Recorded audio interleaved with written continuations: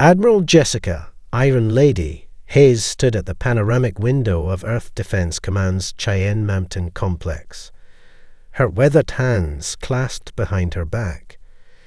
The reflection in the reinforced glass showed a woman hardened by 30 years of military service, a jagged scar running down her right cheek for a training accident that had claimed her original eye, now replaced with a tactical cybernetic enhancement that gleamed a subtle blue in the dim light. The massive holographic display behind her painted the room in an eerie red glow, showing 300 alien vessels arranged in a perfect attack formation above Earth's orbit. Their ships were beautiful, she had to admit, all sleek lines and gleaming surfaces like deadly works of art.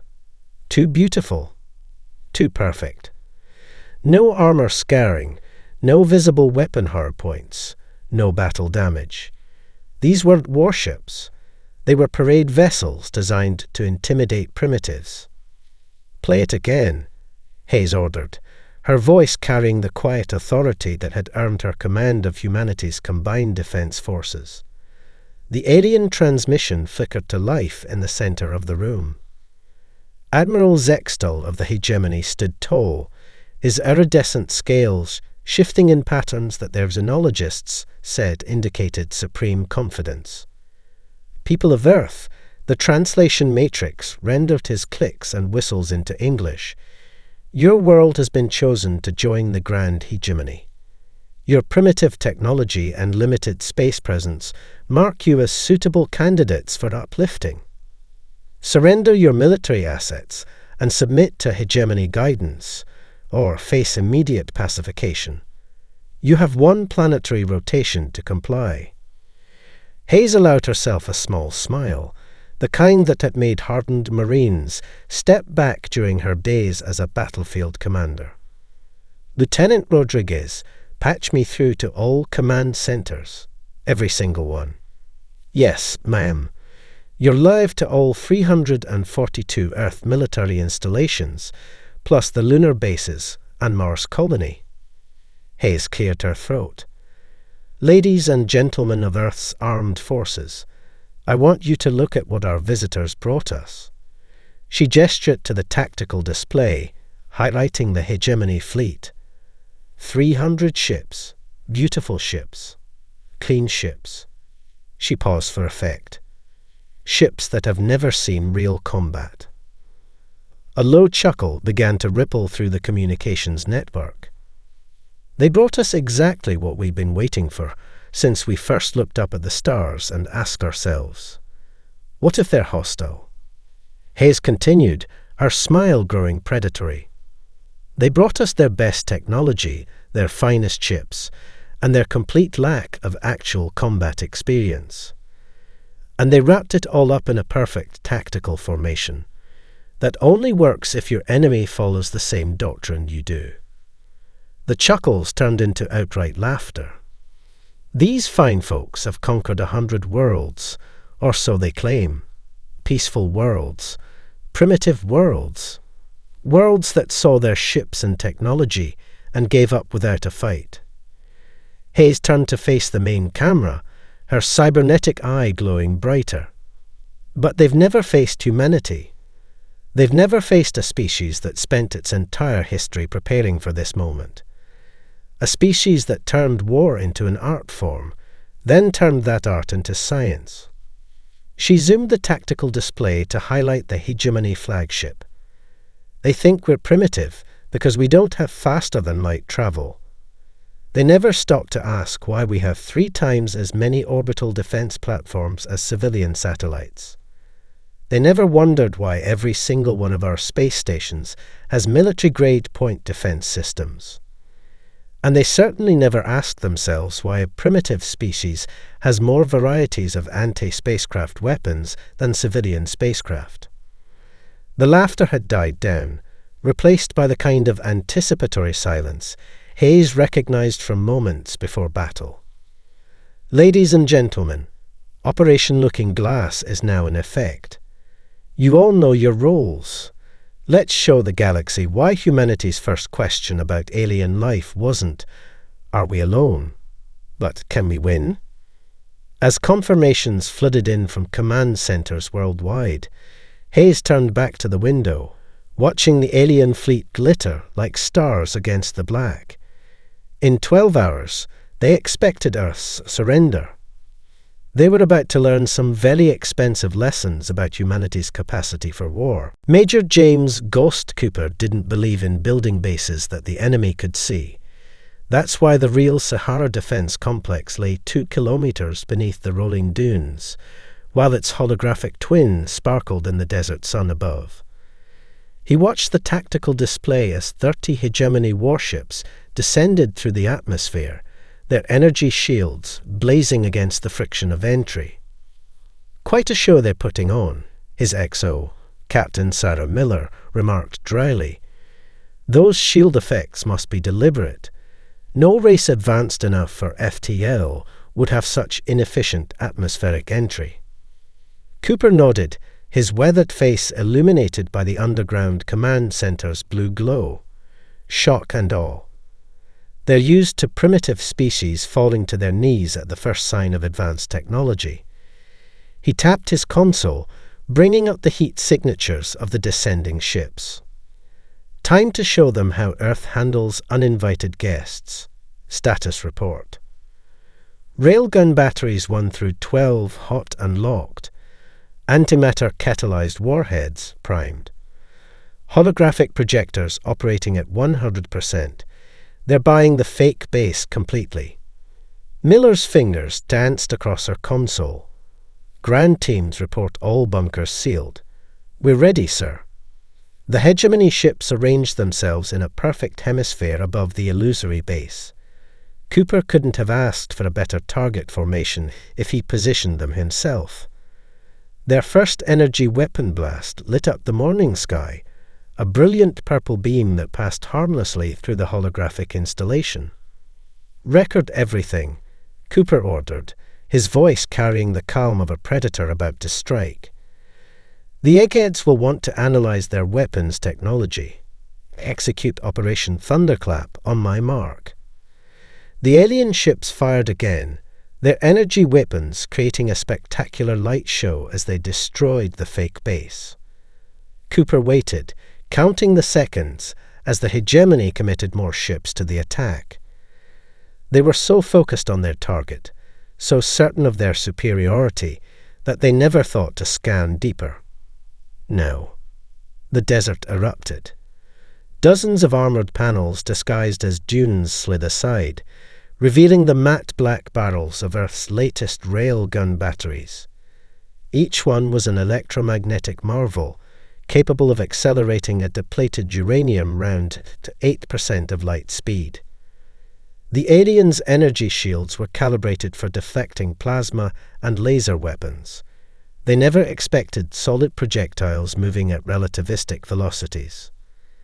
The first salvo caught 5 hegemony ships directly in their drive sections. The rounds punched through their shields as if they weren't there, the kinetic energy converting to plasma on impact. Secondary explosions blossomed as antimatter warheads detonated inside the wounds. Immediate effect on targets, Miller reported, her voice clinical. Their shields are remodulating. They're adapting, but not fast enough. Cooper nodded, watching as the alien formation broke apart in panic. Launch the swarm. From hidden silos across the desert, thousands of microdrones took flight.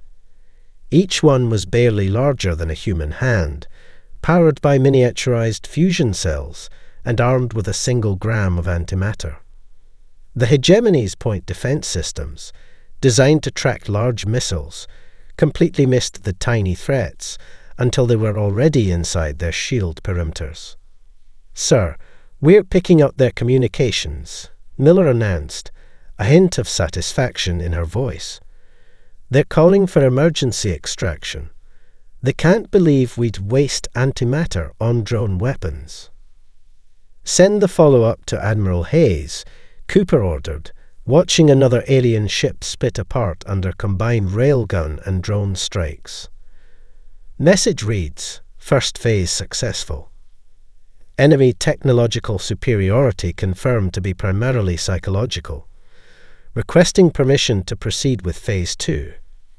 As the surviving hegemony ships fled into the upper atmosphere, Cooper allowed himself a small smile. The aliens had expected a primitive species cowering behind primitive defenses. Instead, they found a civilization that had spent centuries preparing for this exact scenario. "Sir," Miller called out, "Admiral Hayes sends her compliments. Phase 2 is authorized. Shall I wake up our sleeping beauties?" Cooper's smile widened as he looked at the row of massive hangar doors hidden beneath the desert sands. Inside each one lay humanity's real surprise, the weapons they'd built specifically for this day. "Wake them up, Captain.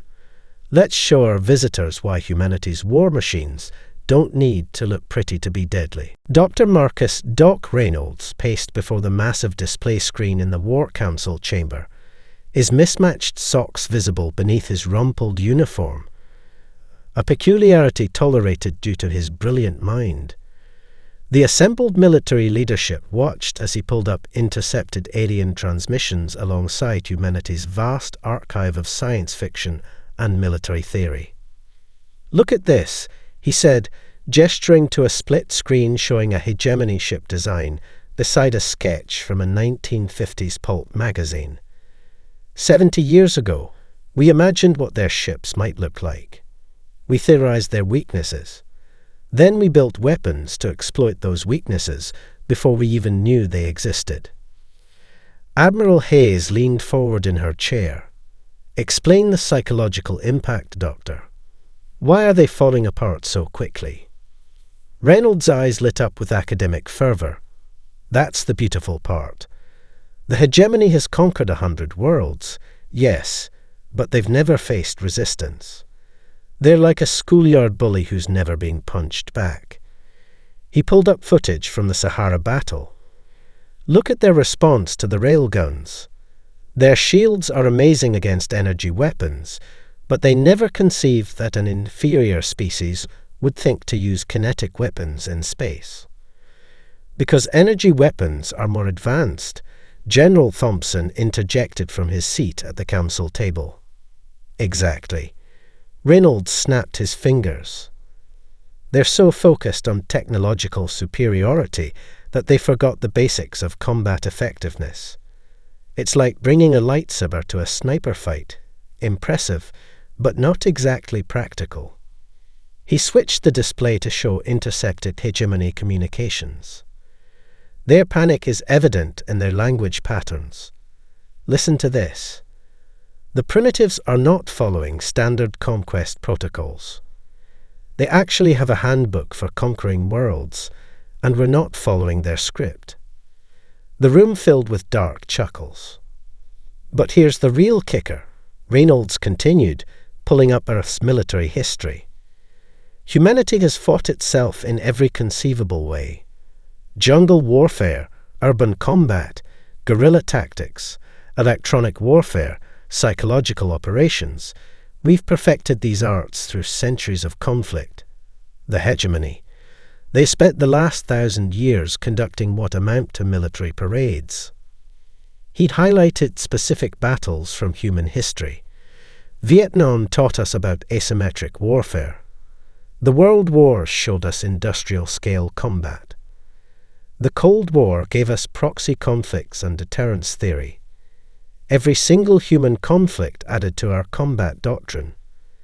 Meanwhile, the hegemony was busy accepting surrenders from species that had barely invented the wheel." Admiral Hayes studied the data scrolling across her screen. "What's their next likely move, Doctor?" Reynolds grinned, looking more like an excited professor than a military analyst. "They'll try to adapt their shields to stop kinetic weapons, but that's not their real problem. Their entire military doctrine is built around looking invincible. Now that we've bloodied their nose, they'll either have to admit their vulnerability or escalate dramatically." "And their troops?" General Thompson pressed. "What's their combat effectiveness?" virtually zero in real combat situations. Their ground forces are equipped with impressive technology, but they have no actual battle experience. They've never fought an enemy that could fight back effectively. Reynolds pulled up more archival footage. We've got children's games more sophisticated than their combat doctrine. Every video game about alien invasions, every movie about interstellar war, humanity has been rehearsing this conflict for generations. He paused, his expression turning serious. There's something else. Their communications show they're genuinely confused by our response to their arrival. They expected fear, panic, maybe some token resistance. Instead, they're getting the distinct impression that we've been waiting for them, that we've been preparing for this fight. Admiral Hayes smiled that predatory smile again. We have been, Doctor. Humanity looked at the stars and saw not just beauty, but potential threats. We built our space program expecting to find enemies. Every probe we launched carried military sensors. Every space station we built doubled as a weapons platform. Reynolds nodded enthusiastically. Exactly. While they were building an empire through intimidation, we were building a war machine disguised as a civilization. They're not just unprepared for Earth's defenses, they're unprepared for humanity's entire approach to survival among the stars. Thank you, Doctor, Hayes said, standing. Now let's show them what else we've been preparing for the last century. Commander Ashley Wraith Winters watched her tactical display aboard the US Normandy as the smart pigments across her ship's hull shifted to match the background radiation of space. Her fleet of 30 stealth vessels disappeared from visual and electromagnetic detection, becoming invisible phantoms against the star field. "Status report," she ordered, her voice barely above a whisper, an old habit from her submarine service days. Smart pigments at optimal camouflage patterns. Lieutenant Rivera reported from the sensor station. Heat sinks at 20% capacity. We can maintain silent running for another 6 hours before we need to vent. Winter smiled. The hegemony thought they understood stealth technology.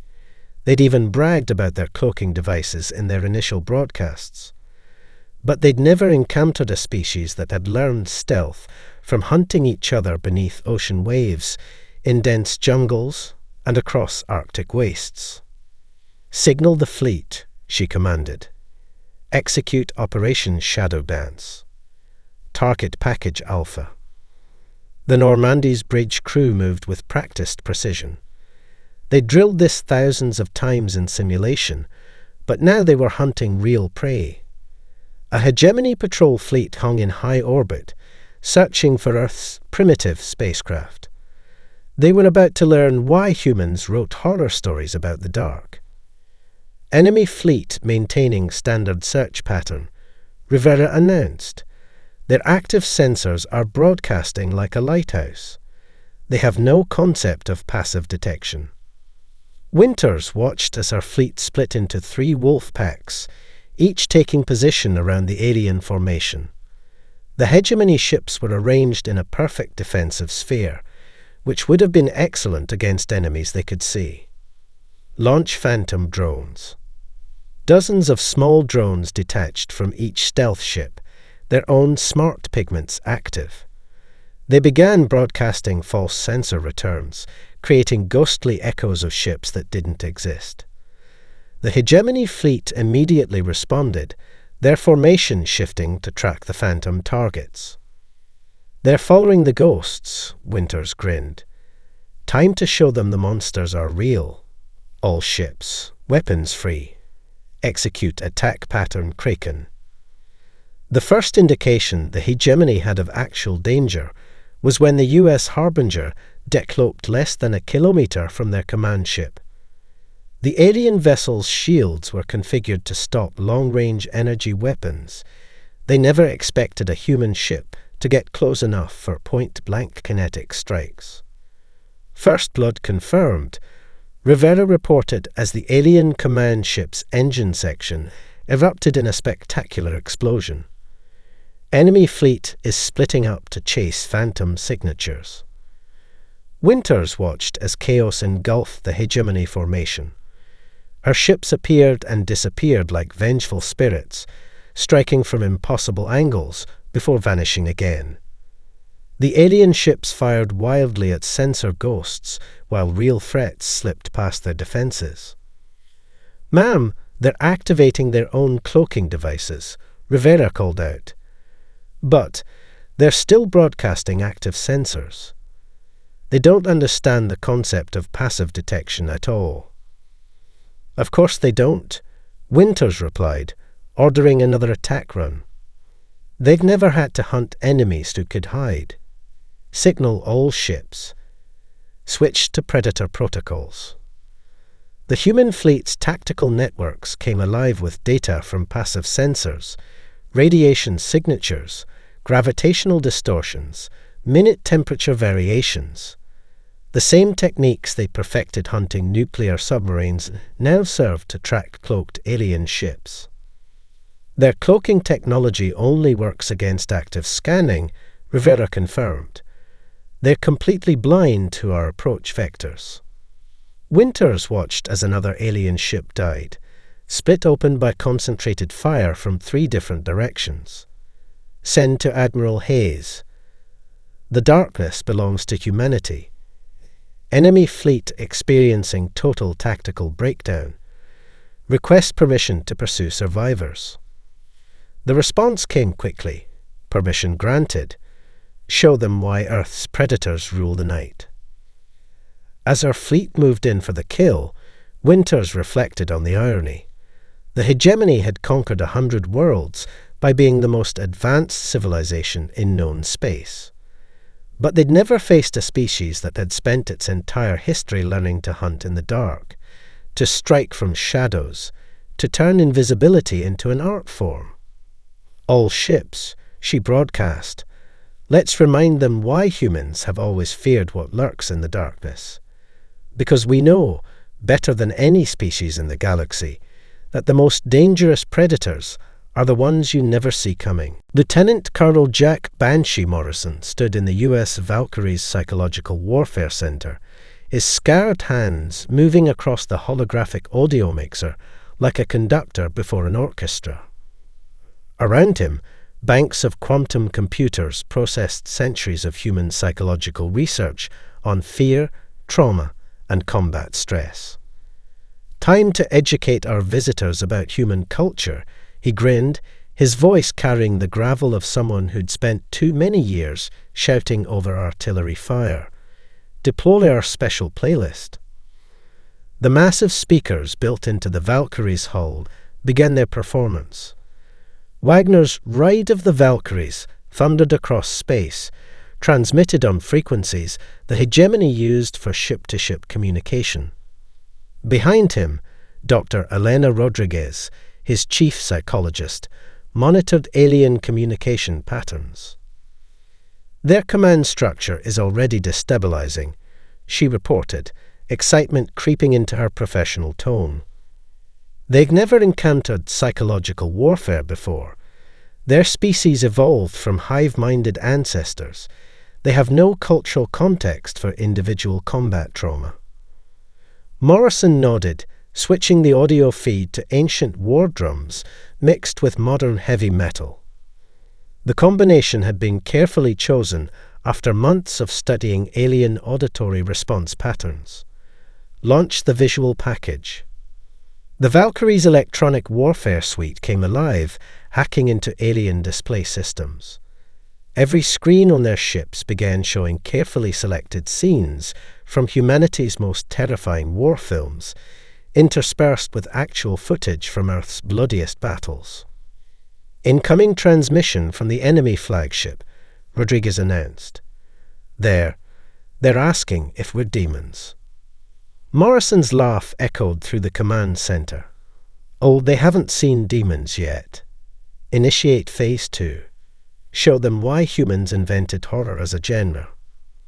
The next wave of psychological attacks hit the alien fleet like a hammer. Every communication channel filled with the screams of their own wounded crews, recorded from earlier battles and played back in an endless loop.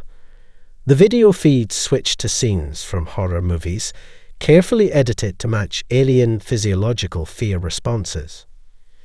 Neural pattern analysis shows widespread panic, Rodriguez reported, studying her displays. Their hierarchical command structure is breaking down. Individual ships are starting to act independently, exactly what we wanted. Time to add the personal touch, Morrison said, keying his command mic. All ships, activate your external speakers. Operation Banshee's Wail is go. Across the battlefield, Earth's warships began broadcasting a carefully orchestrated symphony of terror, the low, subsonic rumble of 1,000-pound bombs mixed with the shriek of air raid sirens. The distinctive sound of railgun rounds breaking the sound barrier layered over the roar of ancient Scottish war pipes. They're trying to shut down their communication systems, Rodriguez noted with professional satisfaction. But they can't coordinate without them.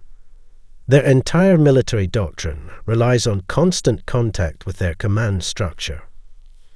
Morrison watched the tactical display as alien ships began breaking formation, their crews overwhelmed by sensory assault. Send the next package. Let's see how they handle humanity's oldest weapon story. The communication channels filled with tales of human warfare translated into alien languages. Stories of desperate last stands, of victories against impossible odds, of soldiers who fought on long past the point of reason or sanity. Each one carefully chosen to emphasize concepts alien to hegemony psychology, individual heroism, sacrifice, the glory of combat. Massive spike in stress indicators, Rodriguez reported. Their group mind psychology can't process these concepts. They've never encountered a species that glorifies individual combat achievement. Then let's give them something really special, Morrison said, activating his masterpiece. Play the symphony of human warfare.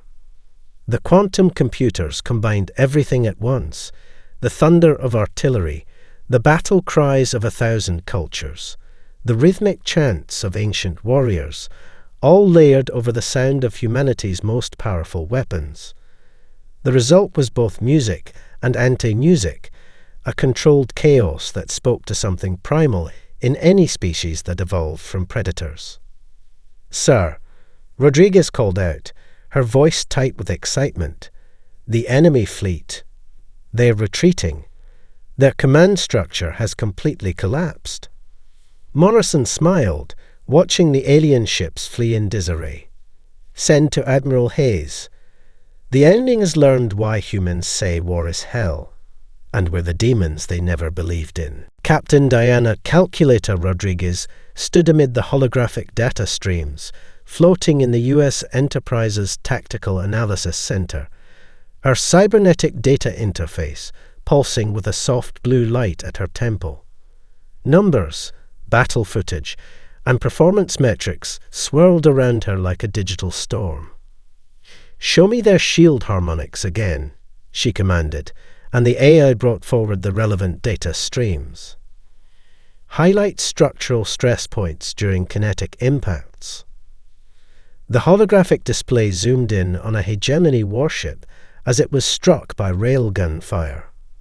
Frame by frame, she watched the shields flare and fail, the hull buckle and split. Something wasn't adding up. Computer, cross-reference with their ship design philosophy. Factor in all observed battle damage patterns. Her XO, Lieutenant Commander James Chen, entered the analysis center. "Found something." Rodriguez's augmented eyes flickered as she processed the data. "More than something. I figured out why they're losing so badly." She gestured, and the holographic display expanded to show multiple hegemony ship designs. "Look at these ships. What do you see?" Beautiful design, Chen answered. Almost artistic. Exactly.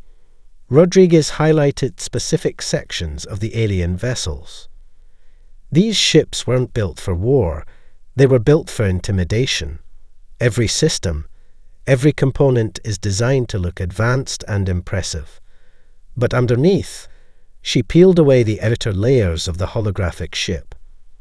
No redundancy, no backup systems, no damage control sections.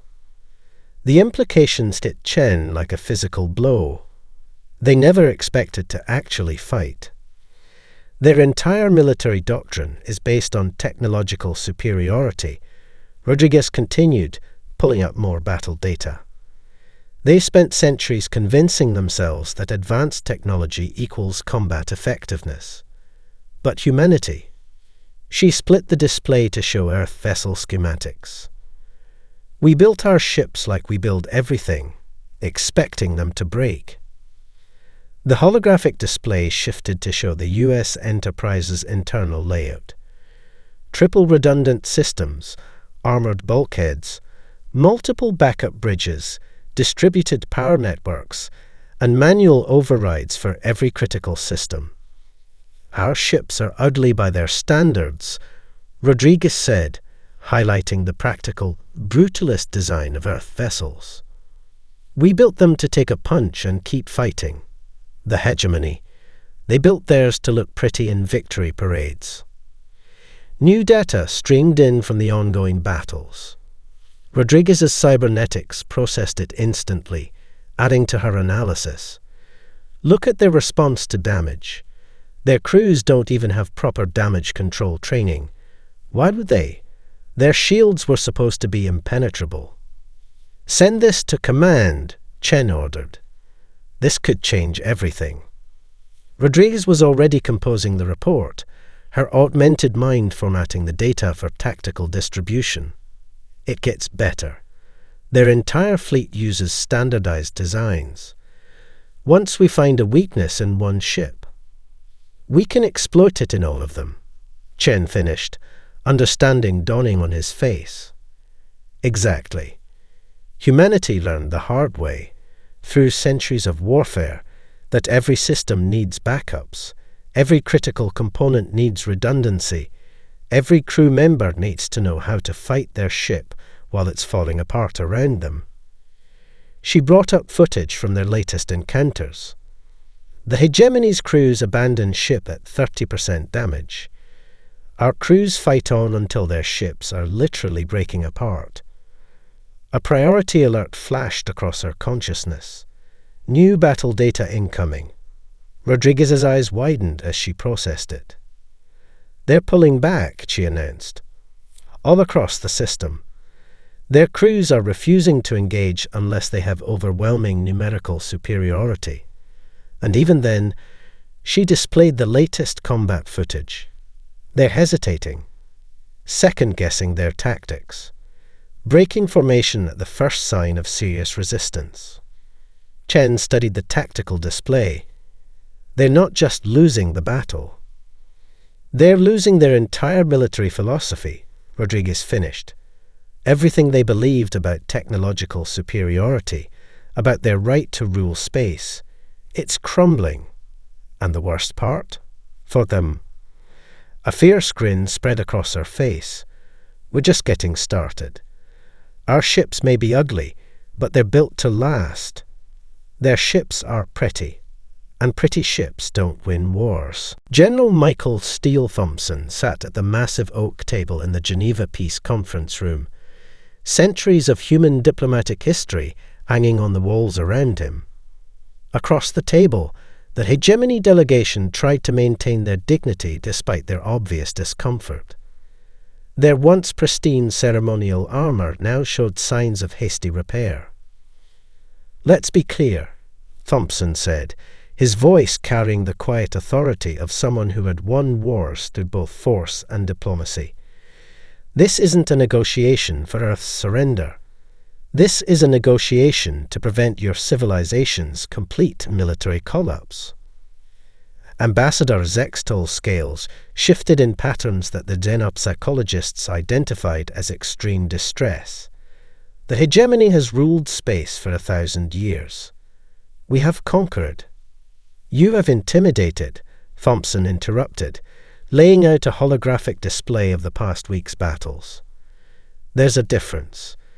You've spent a millennium accepting surrenders from species that couldn't fight back. Humanity. He allowed himself a thin smile. We've spent that same millennium learning to fight better, faster, and smarter than anyone else.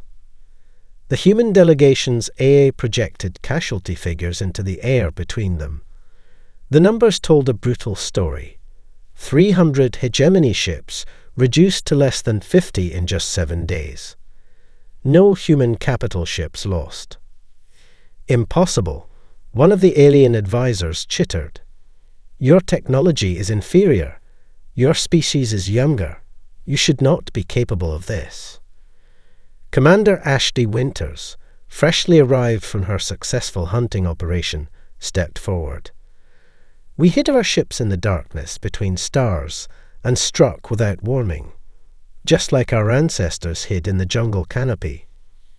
Colonel Morrison, his psychological warfare unit's success evident in the aliens' nervous twitches, added, "We turned space itself into a nightmare, like we once turned forests and deserts and oceans into weapons."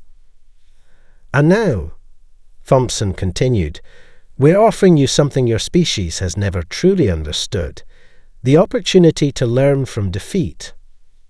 He gestured, and the holographic display shifted to show Earth's terms. The alien delegation recoiled at their simplicity and severity. These are your choices, Thompson explained.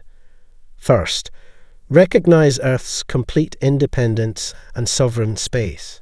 Second, provide technological data on faster-than-light travel and other key advancements, not as tribute, but as fair exchange for the military lessons we've taught you. Third, acknowledge that humanity is not to be considered a primitive species subject to your authority. And if we refuse? Zextol asked, though his posture suggested he already knew the answer. Captain Rodriguez, attending virtually from the Enterprise, displayed the tactical analysis of the hegemony's growing military collapse. Your entire combat doctrine is built on psychological dominance. That's broken now. Your crews have seen their superior technology fail. They've experienced true combat for the first time. They're broken. We've analysed your ship designs, she continued, highlighting the critical weaknesses her team had discovered. Your Empire's military might is built on facades. Beautiful facades, but facades nonetheless. How long until other species realise this? The implications hung heavy in the air. The hegemony's power had always rested on the appearance of invincibility. That illusion was now shattered. Thompson leaned forward. Here's what humanity offers instead. Peace through strength. Real strength, not just technological advancement. We'll help you rebuild your military doctrine. Teach you what we've learned through centuries of warfare. In exchange, you'll help us reach the stars. You would teach us. The concept seemed to both fascinate and terrify the alien delegation. Humanity knows war better than any species you've encountered, Thompson said.